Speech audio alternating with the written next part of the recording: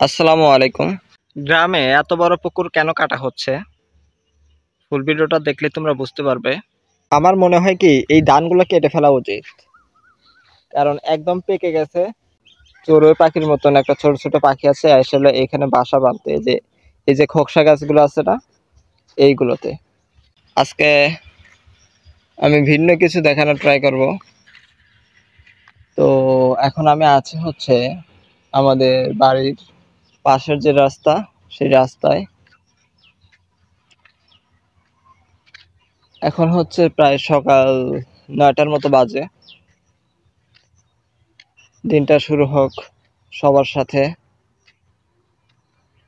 আর এইখানে বিশাল বড় একটা সাম। তোমাদের আমি একটা কথা বলার ছিল। এই ভিডিওটা যে আমি করতেছি এখন, এ পর্যন্ত এই ভিডিওটা আমি যে চ্যানেলে আপলোড দিব সেই চ্যানেলই খোলা হয়নি। আমি ভেবেছি চ্যানেলের নামটা এখনো কি নাম রাখবো সেটাও এখনো ঠিক হয়নি। ভিডিওটা বানিয়ে রাখতেছি। এই রাস্তা দিয়ে অনেক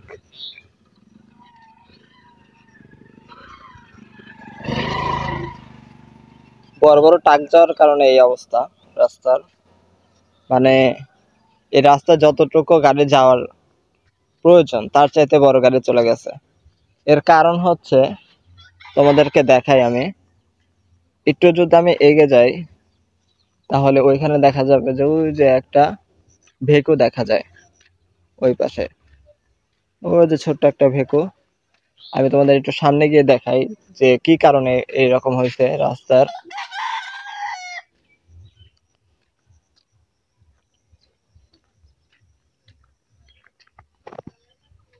এই যে দেখো, এই যে কত বড় পুকুর। এই পুকুরটার কারণে মানে এইখান থেকে মাটি কেটে, মানে ভেকু দিয়ে মাটি কেটে বড় বড় ট্রাক করে নিয়ে অন্য জায়গায় ফালাইতেছে। এর কারণে এই অবস্থা। ওই যে ওই পাশে একটা আম পড়ে রয়েছে দেখতেছি। এই আমটা কি ভালো হবে?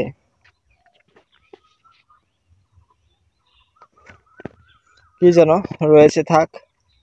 আর ওই যে ভেকু এই পুকুরটা বিশাল বড় করতেছে। আর এই পুকুরটার মালিক হচ্ছে আমাদের গ্রামের মেম্বারের। তো এই পুরো জায়গাটা তার তার ইচ্ছা মতো হচ্ছে।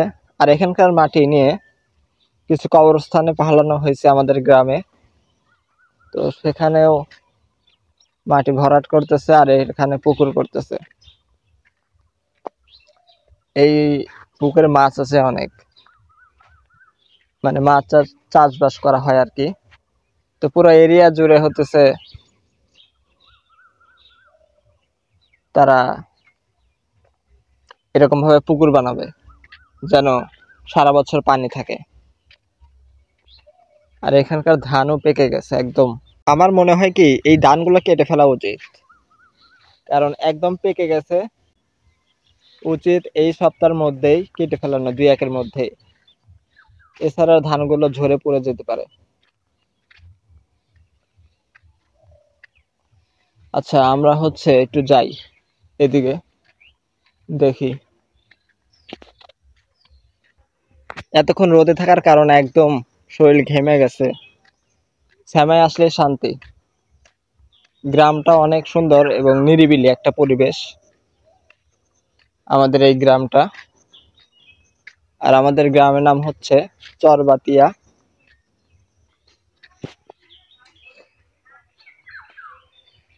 কে যেন ইট এনে থুইছে ঘর দেওয়ার জন্য। এর পাশে দেখতেছি বালু রাখা আছে।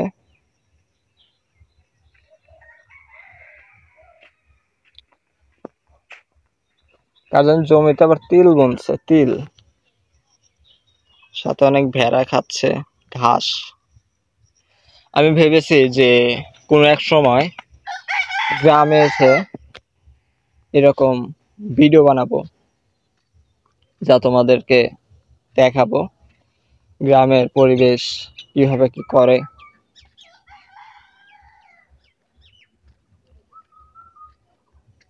খুব সুন্দরভাবে কিভাবে চাষাবাস করতে হয় আমার চিন্তা ভাবনা এরকম আছে। এখন তোমরা যদি আমাকে সেরকম ভাবে ভালোবাসো, সাপোর্ট করো এবং আমার পাশে দাঁড়াও, তাহলে আমি এগুলো করতে সফল হব ইনশাআল্লাহ।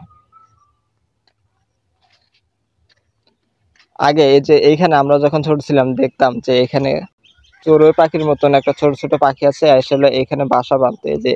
এই যে খোকসা গাছগুলো আছে না, এইগুলোতে। বাট এখন হয়তো নাই, হয়তো আছে, আমার চোখে পড়ে না এখনো।